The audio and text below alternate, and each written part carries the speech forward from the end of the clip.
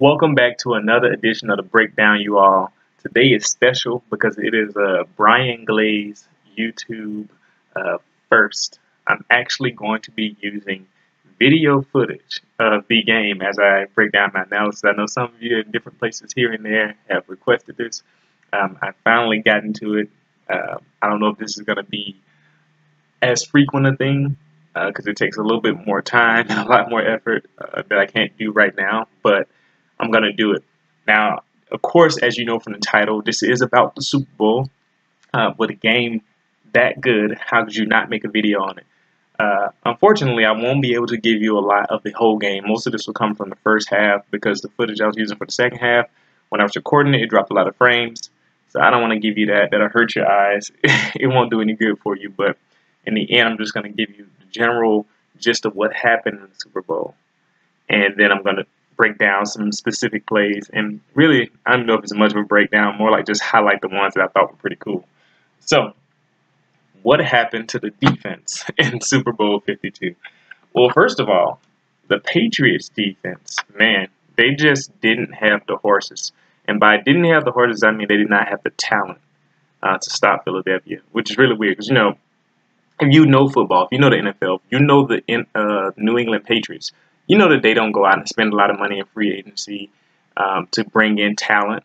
You know that they're always winning, so they always have late round draft picks, meaning that they never get an opportunity to get big time talent. They rarely ever move up. They don't go out and splurge, so they don't really have, I guess, the most talent in the NFL.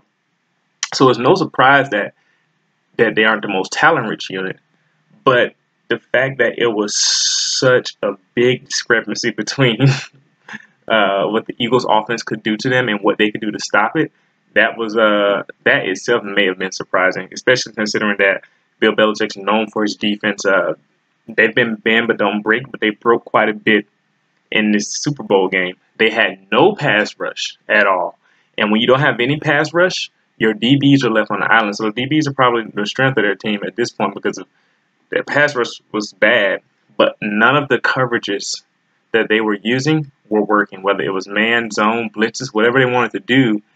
It didn't really work out too well for them because they couldn't really stop or put pressure on Nick Foles, who, although he played a good game, he was a bit up and down, as I'll talk about a little bit.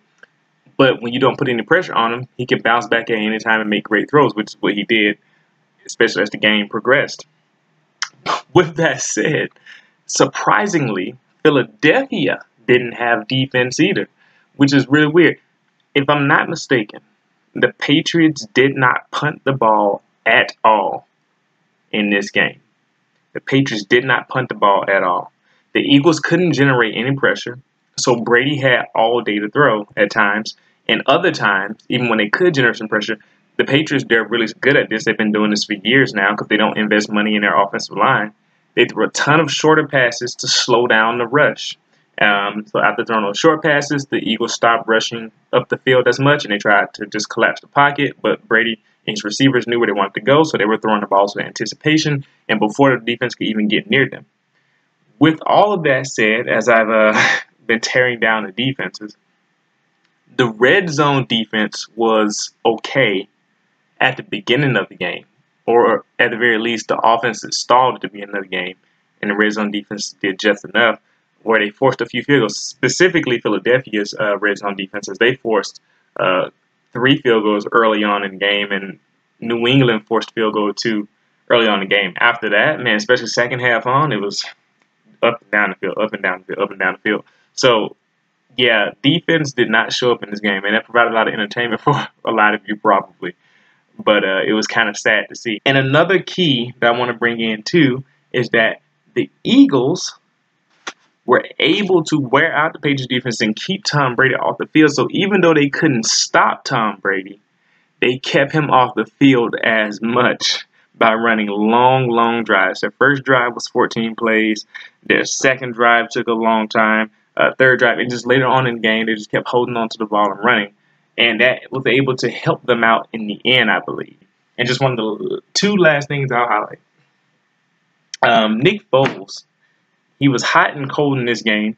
At times, he made some really good throws. At times, It's like, you probably would have asked for that one back, especially on those fade routes. He threw out 3 fade routes in particular that I go back and look at, and I'm like, I don't know how you throw the ball like that. And what I mean is that he threw the ball low and inside. And when you're in the red zone, when you're in the end zone throwing fade routes, the ball needs to be, I say it all the time, high and outside. And he threw 3 of them that were low and inside. And they could have been picks, really, if the DBs could have been able to turn around in time. So it was an interesting day. And then finally, the kicking game struggles. I don't know what happened there. Just know that the kicking game early on in the game was just wacky. Gostkowski, which is really surprising, and even Philadelphia's rookie kicker. So it was rough. It was a rough game, but it was fun to watch. The last key I want to bring up is that the Patriots, at times in this game, also had poor tackling, which is very uncharacteristic of a Bill Belichick defense. With all of that said, now I'm going to break down some plays that I started here on my notes from the first half, and we'll get into them. So first play it's in the first quarter here, 9-minute 54-second mark. The Eagles go trips bunch left. The running back Clement, who's a little surprise star in this game, will set right. They do a quick screen to Clement for big yards, and it was actually poor tackling by the Patriots. So at the end of that play, where Clement got the big yards on that quick screen to him at the 9-minute 54-second mark, the Patriots, a lot of that poor tackling was a contributor to that. Now, third down on the same drive, so it's 2 plays later, Alshon Jeffrey on a corner route in the back left corner of the end zone, but Nick Foles throws it too short, although it wasn't extremely low.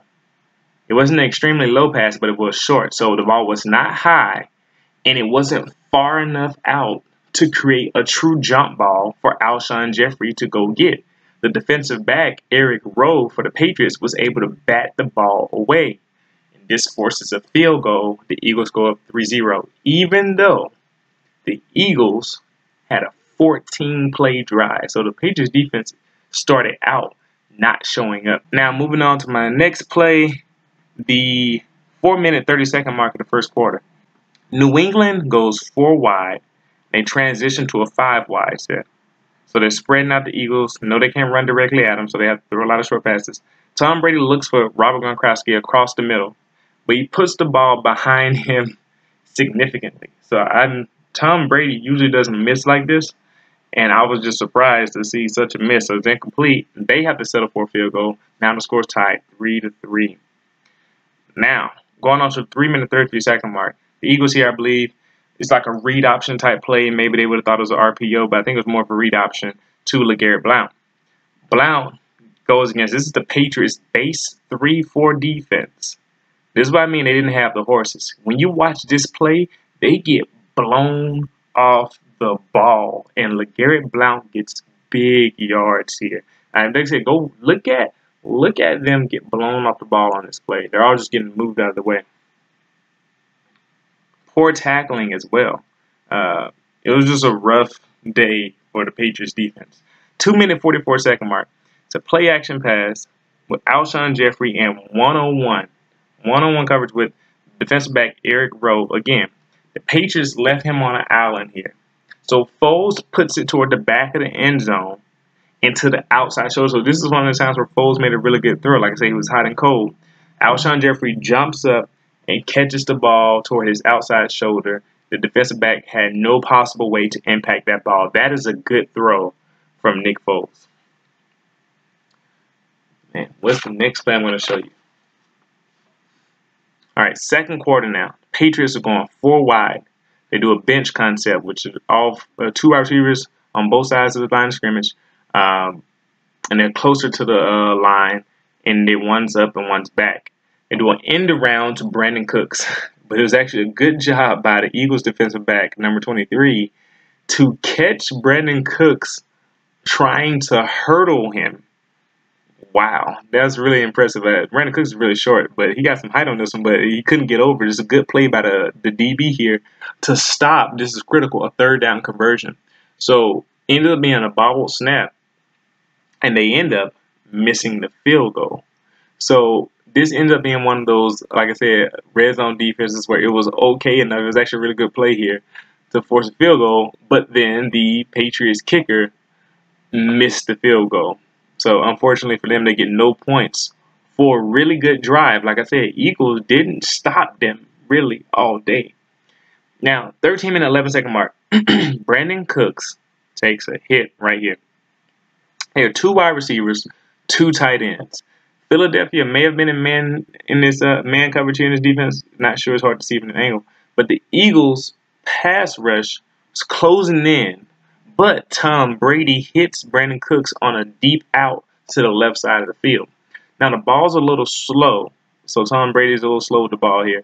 But Brandon Cooks' route got him wide open. So watch Brandon Cooks just cook this defensive back here and get himself wide open with a lot of separation. Tom Brady delivers the ball. He catches it. But as he's dancing around and juking a little bit, he takes quite a hit. And he actually goes out for the rest of the game. So I was actually surprised. The Patriots were down a lot of receivers, that they were able to, at this point, then still attack the Philadelphia Eagles defense and basically put them wherever they wanted them to be. 12-minute, 55-second mark. Patriots back on the ball. Patriots still got the ball here. 4 wide. Philadelphia's playing man defense. Tom Brady gets a clean pocket, no rush. Now, Malcolm Jenkins from the Eagles covers up James White up the seam. So, one thing that went unstated in this game is that, if you watch the game coverage, you'll see, but Malcolm Jenkins was covering the backside of the backfield because they know that's a big part of the New England's offense. So Malcolm Jenkins actually stayed on the running backs, and they couldn't get him out of it. And he covered up James White trying to go up the seam and knock the ball down, playing it like a cornerback here. Incomplete play. 11-minute, 58-second mark. Well, actually, before I go there, 12-minute, 9-second mark. The trick play that New England tried to pull off. It was nicely designed. I'll tell you, it was nicely designed. But the ball was thrown just a little bit too far. Trey Burton put it a little bit too far out for Tom Brady because Tom Brady's not athletic. A lot of people said Tom Brady's hands were the problem on this play. Yes and no. So, yes, Tom Brady, if he had better hands, he probably could have pulled this one in. But the true culprit in this play was that Tom Brady had a lack of athleticism. He wasn't able to run fast enough to put himself underneath the ball. Any other receiver probably could have ran underneath that ball and caught it or adjusted at the last second, jumped up to catch the ball. Tom Brady does not have a lick of athleticism in him, apparently, because he couldn't even go up to get that ball. So the real culprit in this play was the lack of athleticism from Tom Brady. Now, the 11-minute, 58-second mark. It's 4th and 5. The Patriots go for it on 4th down. I was surprised. Bill Belichick didn't hold back. And that is one more key that's very important to this game. This key here is that Doug Peterson was not afraid. Doug Peterson was not afraid to try to take this game from the Patriots. What you see so often is when teams play the Patriots that they play scared. And that they don't want to make mistakes, so they get really conservative. They do things like what the Falcons did last year in the Super Bowl. You know, they start playing out of themselves. They do things like Jacksonville did a few weeks ago. But the Peterson and the Eagles said, you know what, no matter what, we're just going to keep swinging.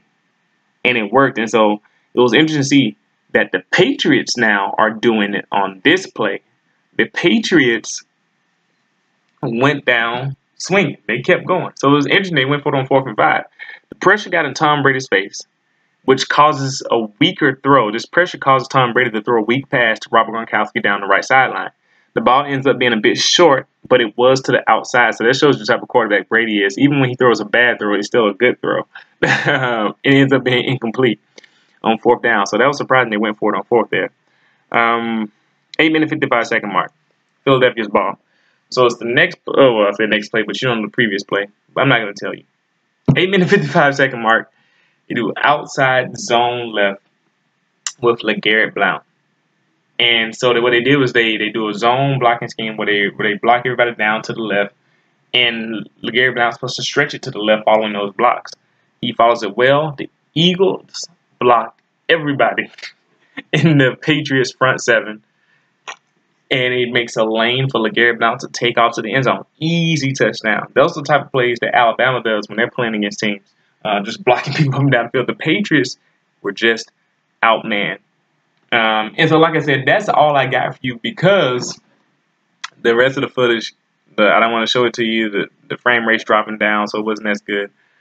But I hope that you got a sense of what I was trying to tell you in my keys to like the game and whatnot, and things I told you what happened in there, and that you saw it in these plays. So anyway, thanks for listening. Thanks for watching. I appreciate you all taking the time to look at this video. For similar content, coming up, I usually do college football. Subscribe. Leave your comments. I want to know what you all think about this game. What was your favorite part about this game? Who was your, I guess, I don't know, like MVP? What aspects of the game are underrated? I want to hear what you think about all those particular things about this Super Bowl. And let's get ready for next season. We got a long way to go. But thank you all for watching. I appreciate it.